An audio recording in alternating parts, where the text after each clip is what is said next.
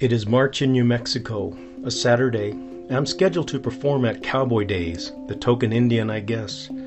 Instead, I am holding my partner of 11 years in his final hours on earth. I say how proud I am of him, what a great teacher and poet he is, that I love him over and over. I'm a hospice musician, and I've learned that hearing is reported to be the last sense as we pass. When I'm sure he's gone, I call hospice, his doctor, his friends, his adult children, and then the Cowboy Days booker, and I say my partner just died and I'm sorry but I can't make it today, but I will be there tomorrow, which I am. His doctor breaks down and sobs as he hugs me and says, "You were with him till the end." I said I would be. After my set on Sunday, I come home weary and in grief shock. The snowbird next door, Lou, marches over and demands to know what me and my friends were doing on his roof yesterday. I dismiss him and tell him to go away and that I don't even own a ladder. I walk inside and look towards the bed, now empty and stripped. Something clicks in my mind and I go over to Lou's house and ask him what exactly was he talking about.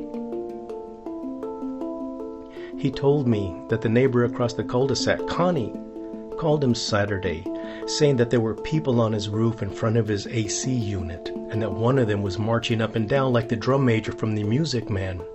He said she was probably drinking too much of that banana daiquiri they brought her from Jamaica. I asked him to give my number to Connie, as I would really like to talk with her.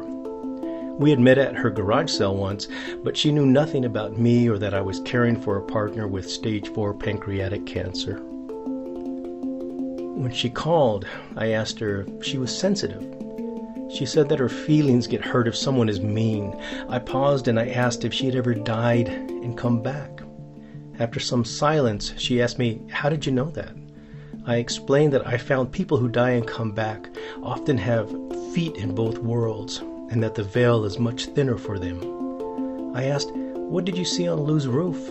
She said, it must have been a hallucination, but that she was in her kitchen and she saw someone stand up on Lou's roof in front of their AC. She scoffed and said, "You're gonna think I'm crazy." But he was marching like the guy from The Music Man. His arms were swinging up and down high and his knees were going higher and higher and stretching like rubber. She said she called Lou, not understanding why people would be on their roof. Lou, who was 80-something at the time, told me he got on his ladder and climbed up with a bat to confront these people. She described the clothing that the person, as best she could recall from across the street, saying that it looked like some kind of Hawaiian print shirt, brown pants, reddish brown hair, and facial hair. I laughed and I thanked her.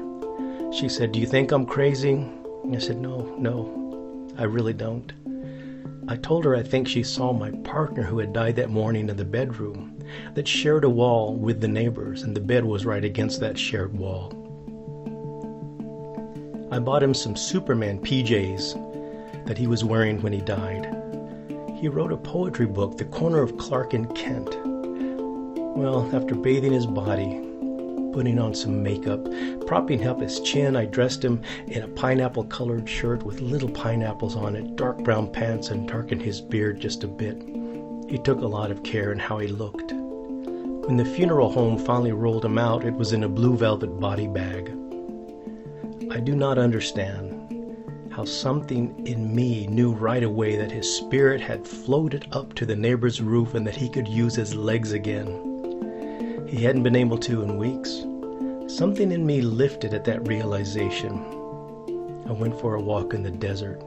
As strange tears of relief fell across my face, the entire cancer journey and caregiving had been so overwhelmed that I had felt frozen. It is telling that a poem that he'd been working on before he couldn't work any longer was called "Dancing on the Roof." I used that line in one of my songs that I put out on an album after his death. I know we should not fear death, but we always fear the unknown. I found grief is like wet cement in your veins. I was grateful for the weird neighbor, for Connie's vision, and that his spirit knew what to do and where to go. I now believe some ghost stories can actually bring some peace, even a little comfort.